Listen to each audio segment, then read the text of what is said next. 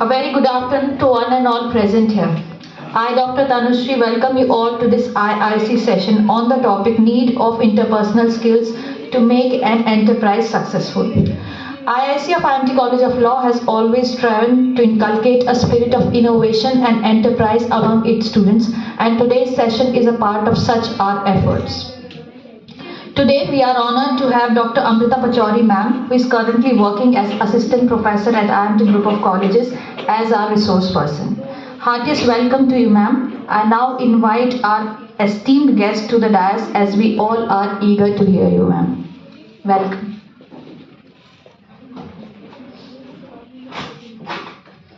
Thank you ma'am. Good afternoon all. Good afternoon. How are you? Fine. That's very good. अच्छे ही होने चाहिए, बच्चे हमेशा अच्छे लगते हैं।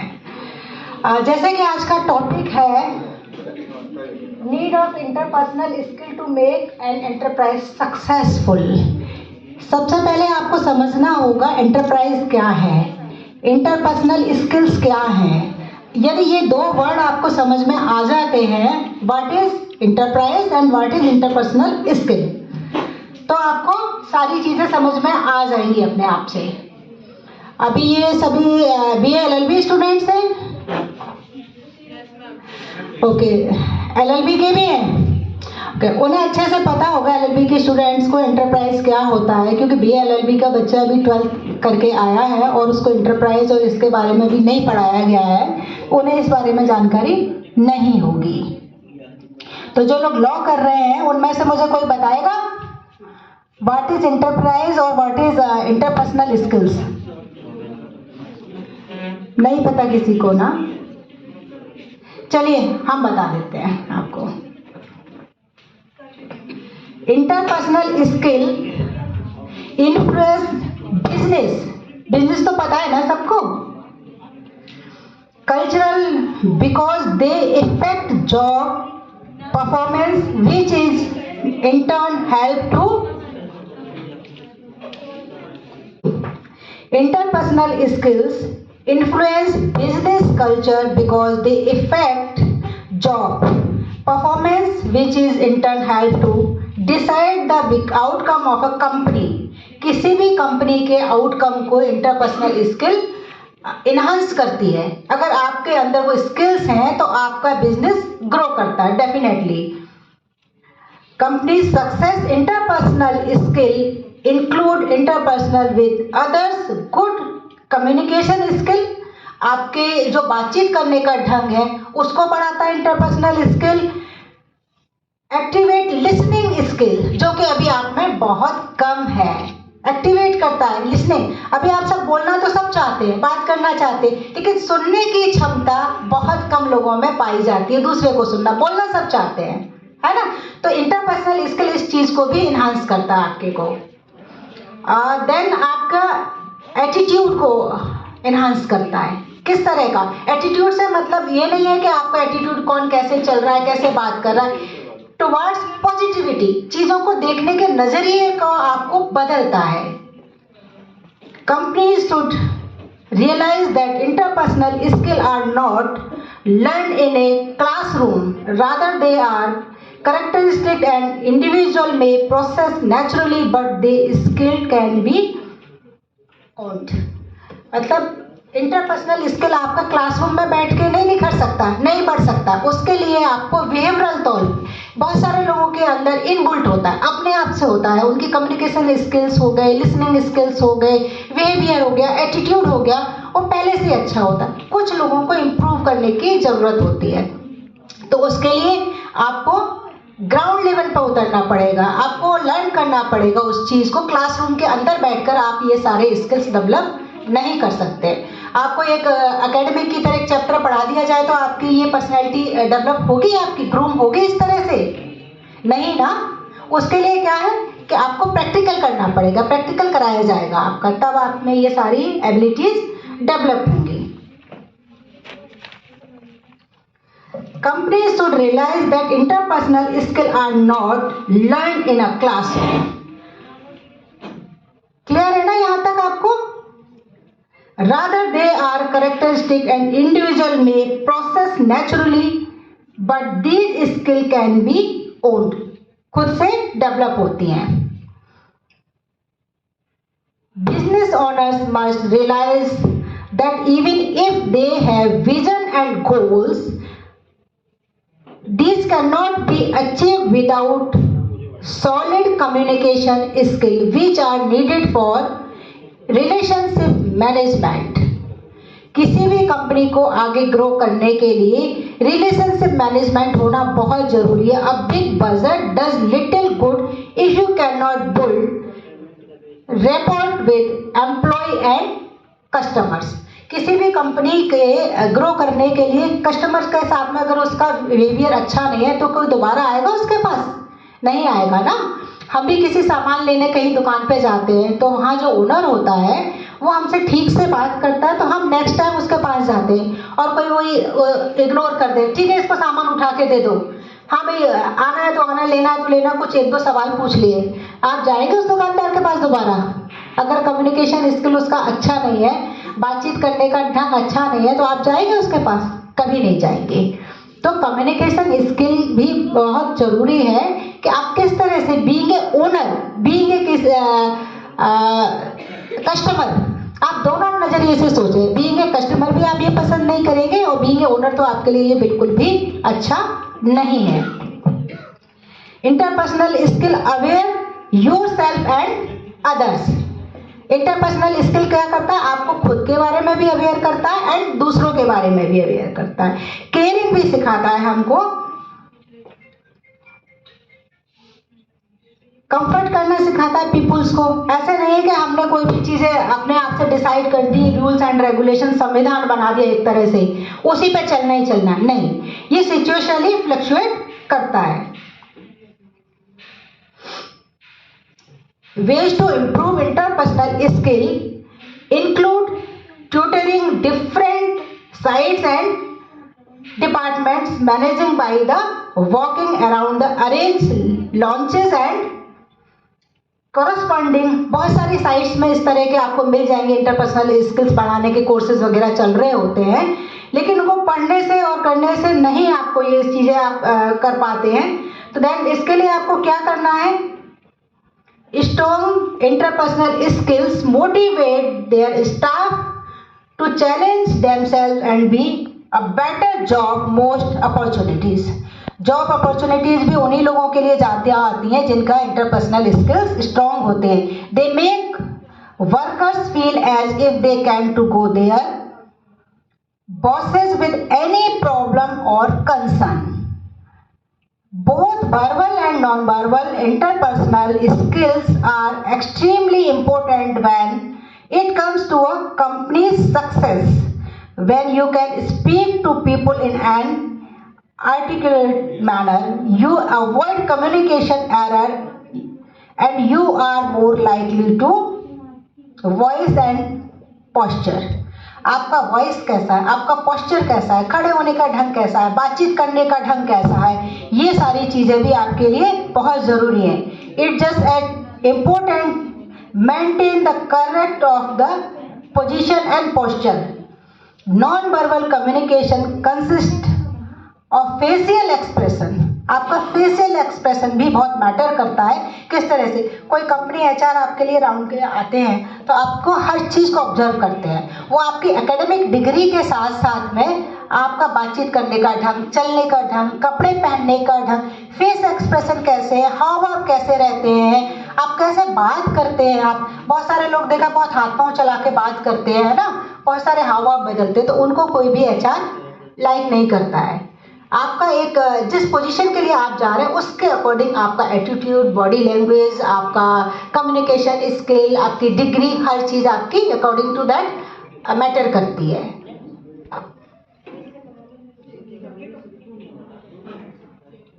In addition, good interpersonal skill encompass listening skill, problem solving, decision making and negotiation skill, the ability to communicate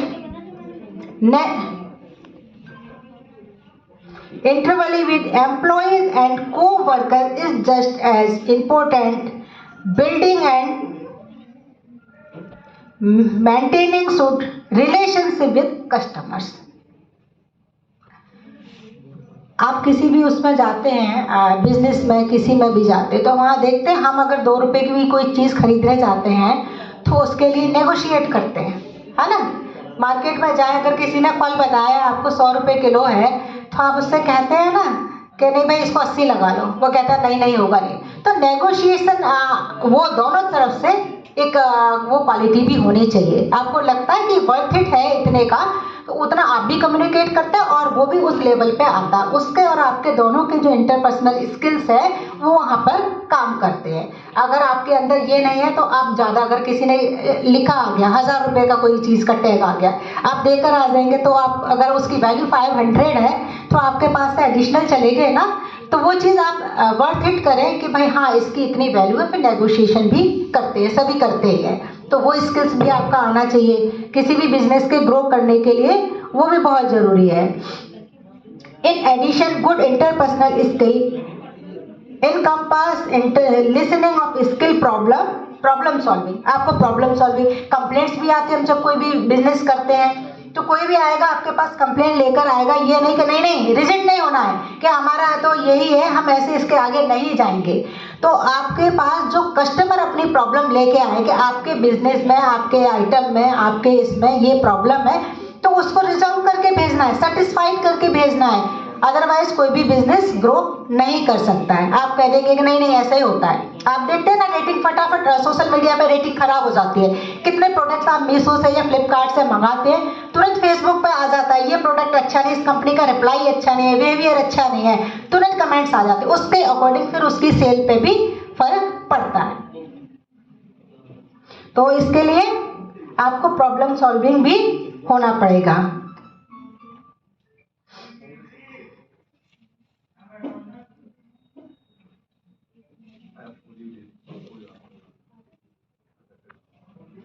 Influence and flexibility also. Visual are collaborate skill, empathy, tolerance and frankness. These characteristics are important in corporate culture. Corporate culture के लिए कौन कौन से skills आपके अंदर होने चाहिए? Flexible होना चाहिए आपको, influensive होना चाहिए आपको, collaboration skills होना चाहिए, empathy भी आपके अंदर होनी चाहिए। ऐसा नहीं कि ये पार्ट आपके अंदर से बिल्कुल गायब हो जाए, आप सिर्फ रिजिड होकर रह जाए। टॉलरेंस भी आप में होनी चाहिए एंड फ्रैंकनेस भी होनी चाहिए। किसी बात को रखने का स्ट्रेट फॉरवर्ड नजरिया भी आपका होना चाहिए। Everyone is on the same page that the business flows in a consistent and cohesive manner. Business owners must realize that even if they have a vision and goal, अगर किसी भी business man के पास में vision है, outcome क्या आएगा, हम ये बिजनेस कर रहे हैं, इसके उसको सभी प्लान्स पे काम करना पड़ेगा। बी और सी बैकअप प्लान लेकर चलने पड़ेंगे कि हमने ये स्टार्टअप स्टार्ट किया, एक बिजनेस स्टार्ट किया, इसका आउटकम क्या आएगा, इसका फेलियर होगा तो हम क्या करेंगे, हमारे पास इतना बजट है, हमको एम्प्लॉय की सैलरी देनी है, बहुत कुछ देखकर चलना पड़ता है, इसमें ये प्रॉब्लम्स आएंगे तो हम कैसे इसको फेस करेंगे, फेलियर आता है तो हम फिर से कैसे उठेंगे इसके लिए। तो एक अच्छे बिजनेसमैन को ये सारी चीज़ों पे काम करके आगे बढ़ना चाहिए। कोई भी सेटअप लगाने के पहले अपने आउटकम्स, डूज एंड डोंट सब कुछ को देखकर चलना पड़ता है। अगर वो नहीं चलेगा तो क्या होगा, उसका बिजनेस टफ हो जाएगा, आगे ग्रो नहीं कर पाएगा उसको वो। A big budget does little good.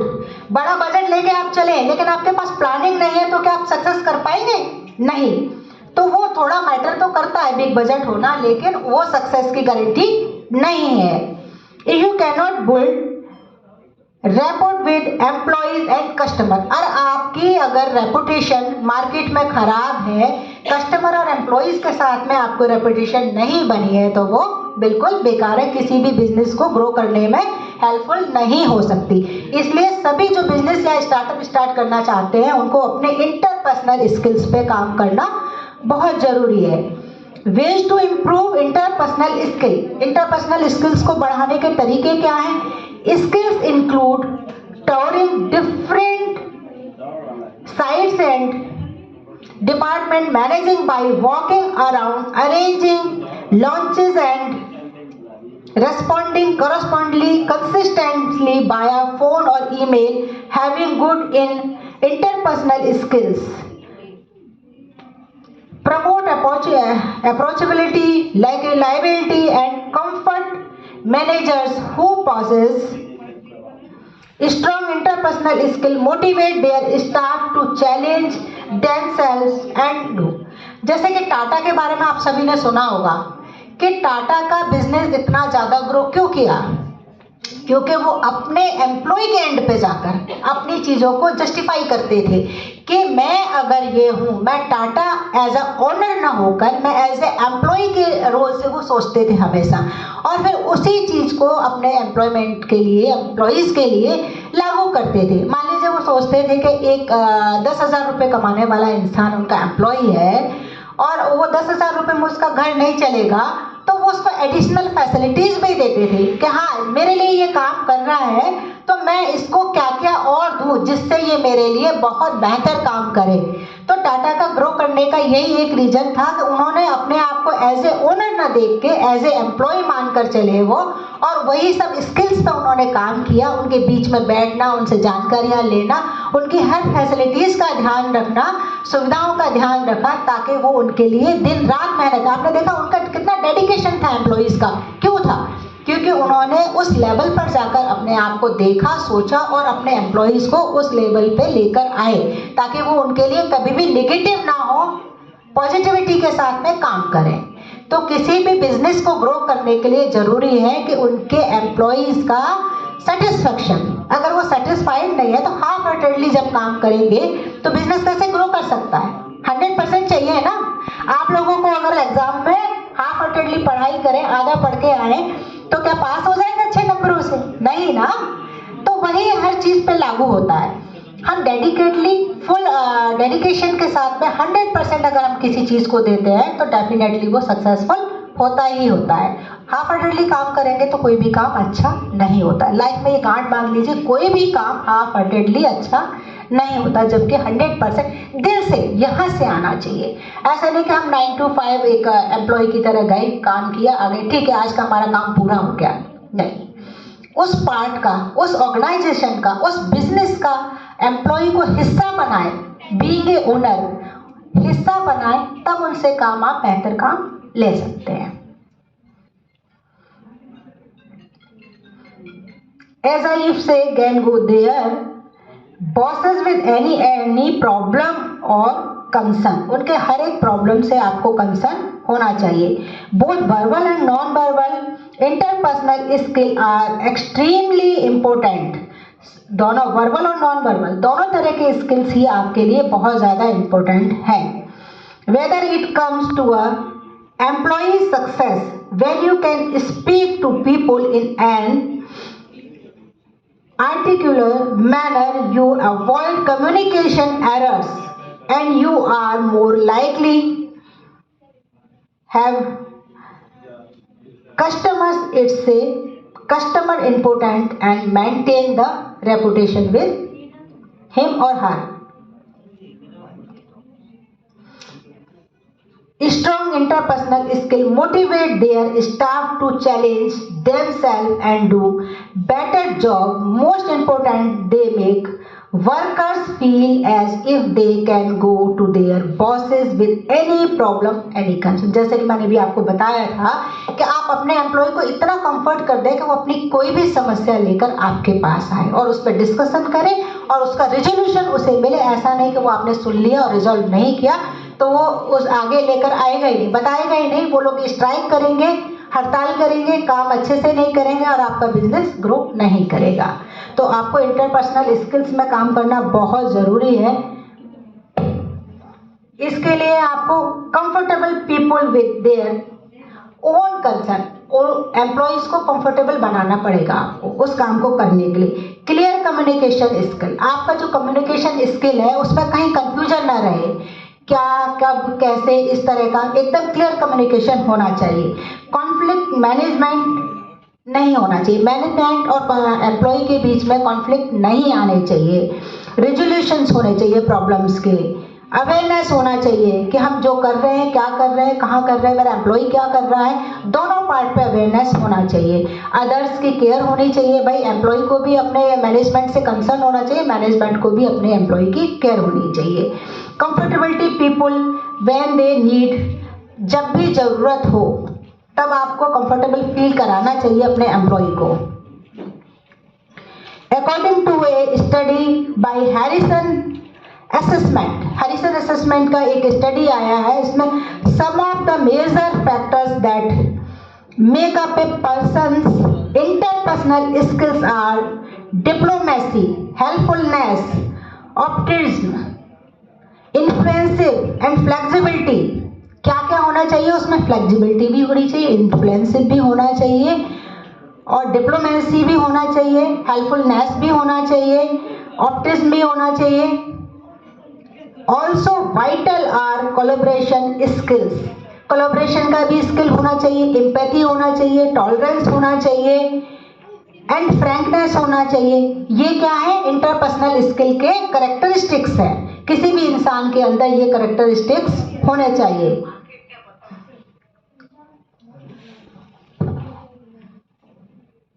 भाई लास्ट में क्या हो रहा है पीछे? आप अपने फोन पे लगे हुए हो,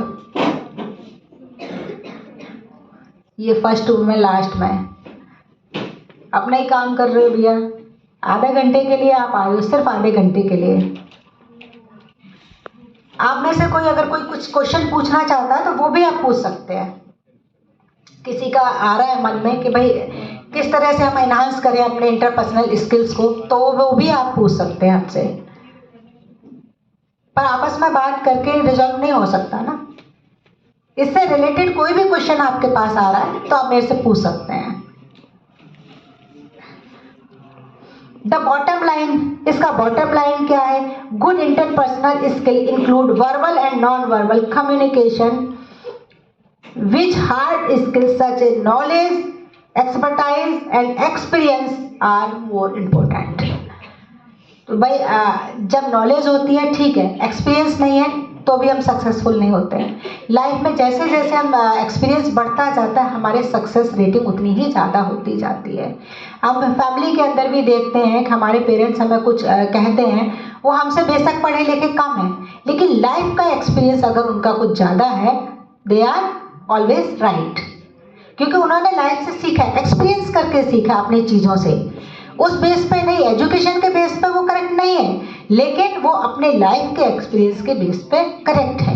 तो इसी तरह से जब हम किसी बिजनेस में उतरते हैं तो बहुत सारे फेल्योर्स आते हैं, बहुत सारी नेगेटिविटीज आती है, बहुत सारी चीज़ें, लेकिन हम उनसे कुछ ना कुछ हम जब सीखते हैं, ऐसा नहीं हम उसको रिपीटेशन करते रहे। कोई एक गलती हुई और हमने उससे कुछ सबक लिया, कुछ सीखा, आगे बढ़े, नेक्स्ट टाइम में उसका रिपीटेशन नहीं होना चाहिए। अगर वो रिपीटेशन बार बार हो रहा है तो क्या है, सक्सेसफुल हो पाएंगे हम? नहीं। उन अपनी गलतियों से, उन खामियों से, उस चीज़ से हमें एक आउटकम बनाना पड़ेगा ना, कि हमने इस बार ये काम किया था, अपने बिजनेस के लिए ये किया था, हमको इससे क्या क्या आउटकम आया है, उसे देख के जब हम एनालाइज करेंगे उसको, तो नेक्स्ट टाइम हम उसे रिपीट नहीं होने देंगे। और वही चीज़ें बार बार रिपीट हो रही है तो कोई भी बिजनेस या स्टार्टअप सक्सेसफुल नहीं हो सकता है। और वही लाइफ का भी फंडा है, आप अपनी गलतियों से सबक लेकर आगे बढ़ें, न कि उनको बार बार रिपीटेशन करते रहें। दोबारा रिपीटेशन किसी भी गलती का नहीं होता है, तो वो सक्सेस हो सकते हैं हम उसमें। Interpersonal skill can helpful motivate employees and attract and keep customers. Happy employees and customers are critical to business success। देखिए, किसी भी बिजनेस के लिए आगे बढ़ने के लिए हम ये कहें हम किसी की बात ही ना सुने तो क्या हम आगे बढ़ पाएंगे? अपने अपने में रिजिड हो जाएंगे। मैं जो सोच रहा हूँ, मैं जो कर रहा हूँ, मैं वही सबसे बेटर है, तो ऐसा नहीं हो सकता ना। आप दूसरे की राय लें, उस पर काम करें, एक पैनल बिठाएं कि भाई हमारे पास ये प्रॉब्लम्स आए हैं, ये सॉल्यूशंस आए हैं, ये इसमें सुधार के चांसेस हैं। तो पैनल के साथ में डिस्कस करके कि इसमें से क्या बेस्ट है, क्या आउटकम सबसे अच्छा आएगा। अगर इस पर्सनल का ये सॉल्यूशन आता है इस प्रॉब्लम के लिए, तो इसको किस तरह से मैनेज करना है, तो ज़रूर डेफिनेटली कोई भी बिजनेस हमारा ग्रो करता है। इंटरपर्सनल स्किल्स में जैसे कि आपने कहा कि आपका पीडीपी लेक्चर्स होते हैं ना आपके, तो वो लोग भी आके जो आपको पीडीपी पर्सनैलिटी डेवलपमेंट जो कराते हैं ना, ऑलमोस्ट उससे सिमिलर ही है आपका interpersonal skills. How to talk, how to behave, how to dress up, how to communicate, है ना, हाउ टू रिएक्ट। ये सारी चीज़ें जब हम एक कहीं से सीख लेते हैं तो हमारे सक्सेस के या हमारे इंटरव्यू में जब आप जॉब के लिए भी जाते हैं, नॉट ओनली फॉर बिजनेस, आप किसी जॉब के लिए भी जाते हैं तो आपका एक सीवी देखकर ये तो देख लिया जाता है, हाँ ठीक है इसने ग्रेजुएशन कर लिया, इसने पोस्ट ग्रेजुएशन कर लिया, लेकिन वो आपके सफलता की गारंटी नहीं होता, आपके जॉब को मिलने की गारंटी नहीं होता है। जब आप एंटर करते हैं, at the time of enter, आपको एचआर जज कर लेता है इस बंदे के अंदर क्या क्या क्वालिटीज़ हैं, उन क्वालिटीज़ पे आपने काम किया है नहीं किया, उसके साथ में आपके स्किल क्या क्या हैं, आपके अंदर स्किल डेवलपमेंट पे आपने काम किया है कि नहीं। बहुत बार आप देखते हैं कि 99% स्कोर करने वाले बच्चे का बहुत अच्छी अच्छी कंपनियां सिलेक्शन नहीं करती हैं, वो कहीं भी सेलेक्ट नहीं हो पाता। क्यों? क्योंकि उसने स्किल डेवलपमेंट पे, सैनिटोलॉजी पे काम ही नहीं किया, अपने ओवरऑल पर्सनैलिटी डेवलपमेंट पे काम नहीं किया उसने। उसके पार्ट में वो देखता है कि भाई जैसे भी साइकोमेट्रिक टेस्ट होगा पता चल जाएगा ये एम्प्लॉय हमारी कंपनी के लिए फिट है कि नहीं। बहुत सारे कंपनी आजकल ये साइकोमेट्रिक टेस्ट भी करने लगे हैं, जिससे कि इन फ्यूचर ये प्रॉब्लम ना आए थोड़े दिन के बाद कि भाई इस बंदे को ये प्रॉब्लम, इस एम्प्लॉय को ये प्रॉब्लम है। हर रोज हम नया एम्प्लॉय बदलते रहे, आज इसको हटा दो, कल उसको लगा लो, परसों उसको कर लो। उसके पहले इस तरह के टेस्ट कंपनी ने कर दिए हैं जिससे पता चलता है कि इसका मेंटल स्टेटस क्या है, प्रॉब्लम सॉल्विंग देते हैं। हर कंपनी देती है कि भाई इस सिचुएशन में ये किस तरह से हैंडल करेगा। एज ए मैनेजर आपको एक सिचुएशन दे दी जाए तो आप उसको हैंडल कर पा रहे हैं कि नहीं कर पा रहे हैं।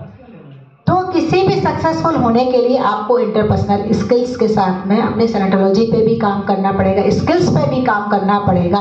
स्किल्स में आप मान लीजिए आप लॉ स्टूडेंट्स हैं तो आपका डिबेट में आप अच्छे नहीं हैं तो आप अच्छे लॉयर बन सकते हैं? नहीं ना।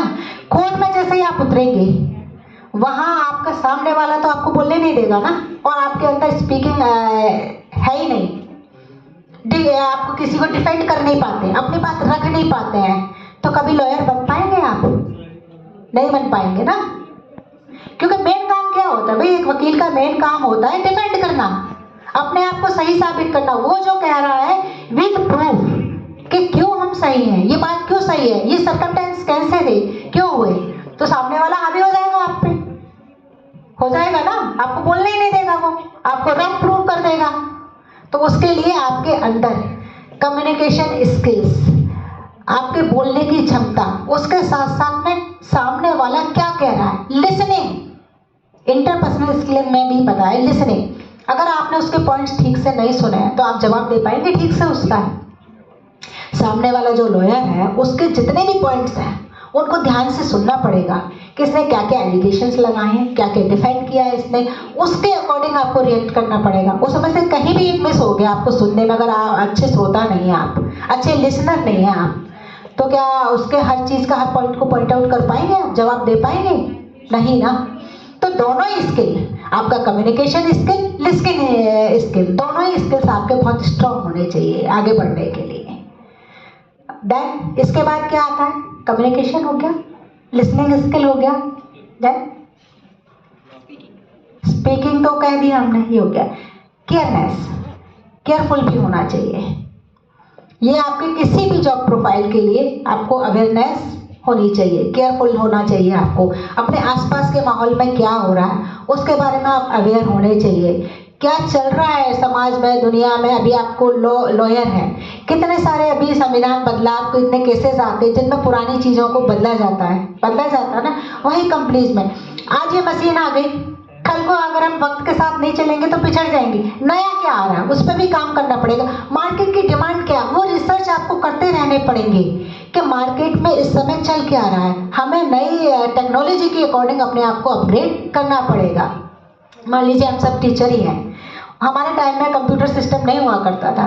अगर हम आज नहीं सीखेंगे तो अपनी चीज़ों को अपडेट कैसे करेंगे? अभी एक्सेल बना के अपडेट करना है, ऑनलाइन इंटरव्यूज़ देने हैं, ऑनलाइन इंटरव्यूज़ लेने भी है, ऑनलाइन अपना सेमिनार देने हैं, वर्कशॉप देने हैं। अगर हम वक्त के साथ साथ में आगे नहीं बढ़ेंगे तो हम कंप्लीट कर पाएंगे?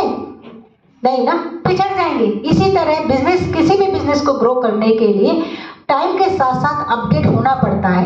क्या नई टेक्नोलॉजी आ रही है मार्केट में, क्या नया डिमांड आ रहा है, नई चीज हम क्या लेकर जाएं, तब हम कंपटीशन में आगे बढ़ जाएंगे।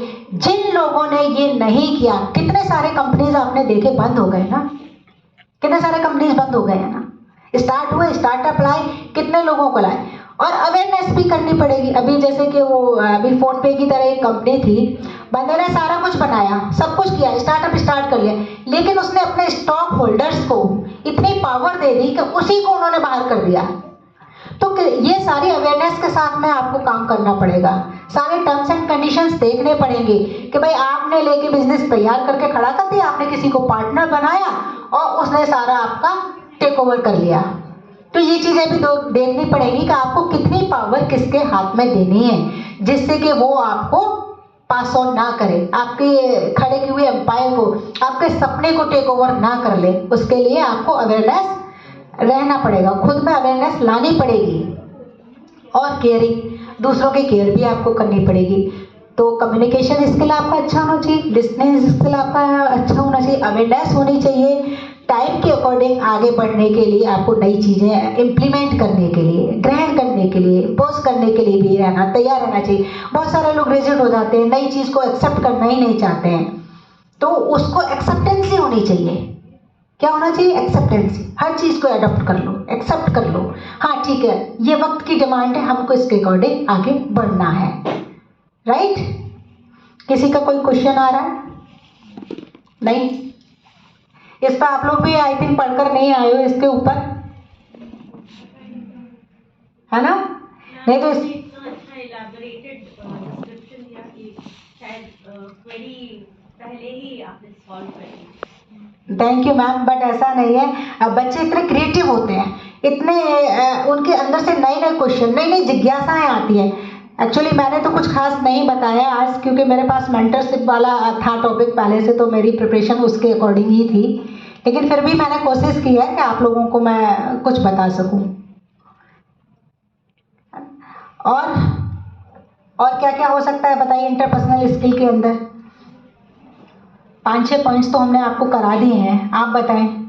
कोलैबोरेटिंग हो गया आपका, अवेयरनेस हो गया आपका, कम्युनिकेशन स्किल हो गया, लिसनिंग स्किल हो गया आपका, कॉन्फ्लिक्ट्स को रिजॉल्व करने के स्किल्स हो गया आपके पास में, ओनरशिप का हो गया आपका,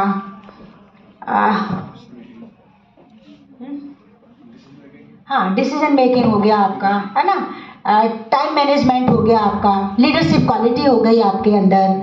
ये सारी चीज़ों को होना बहुत ही ज़रूरी है। एटीट्यूड हो गया, एटीट्यूड मतलब टुवर्ड्स पॉजिटिविटी। एटीट्यूड से मतलब मैं आजकल देखती हूँ बच्चे क्या समझते हैं ना, कोई थोड़ा सा अच्छे से ड्रेसअप होके चल गया, कोई अच्छे से करके चल गया, तो उसको समझते हैं बड़ा एटीट्यूड है यार इसमें, किसी ने ठीक से बात नहीं की, है ना, ईगो जो एटीट्यूड, वो एटीट्यूड नहीं है। एटीट्यूड है टुवर्ड्स पॉजिटिविटी। आप चीज़ों को कैसे देखते हैं, उसका नज़रिया, आप सही और गलत को समझने की आपकी knowledge, that is called attitude. ऐसे नहीं कि आपको जो सही लग रहा है वही सही है। प्रैक्टिकल ग्राउंड पे क्या चीज सही है।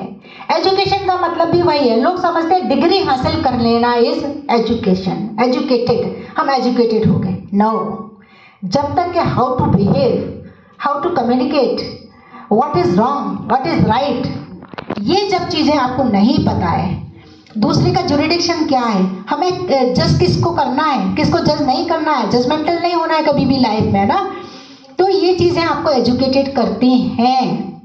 जिस दिन आप ये सीख लेंगे कि एक जानवर को मैंने पत्थर मारा तो ह्यूमैनिटी नहीं है, ऐसा नहीं करना है, किसी दूसरे को जज मुझे नहीं करना है, पहले मैं खुद के अंदर देखूं ये सारी क्वालिटी जो मैं सामने वाले में देख रहा हूँ मेरे अंदर है कि नहीं है। हमेशा जब भी आपका कहीं भी कुछ भी बात होती है, सामने वाले की पोजीशन में आप आ जाएं, चाहे आप बिजनेस कर रहे हैं, चाहे आप जॉब कर रहे हैं, कुछ भी कर रहे हैं, इस सीट पे आके मुनीष सर जहाँ बैठे हैं और मैं सामने बैठी हूँ, कुछ भी मैटर होता है और मैं अपने नजरिए से वहाँ बैठ कर सोच रही हूँ, नहीं, नेवर, ये कभी भी आपको राइट डिसीजन नहीं देगा। जब आप इस पोजीशन पे आ जाएंगे, उनको सामने बिठाएंगे, फिर आप सोचेंगे, तब आपको ये समझ में आता है कि हाँ ये चीज़ सही है, ये गलत है, ये कह रहे हैं वो सही है, और किस हद तक सही है, मैं इस जगह होता तो मैं क्या सोचता, मेरा क्या डिसीजन होता, इसको मैं अपने लिए कैसे इम्प्लीमेंट करता।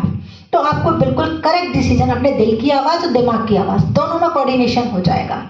कभी भी कहीं भी लाइफ में अगर आप फंस जाते हैं तो उस सिचुएशन में एक दूसरे को रिप्लेस करके देख लेना, राइट आंसर आ जाएगा हमेशा ही। ये लाइफ का फंडा है। तो आपसे कभी भी गलती करने के चांसेस बहुत नील हो जाते हैं, राइट।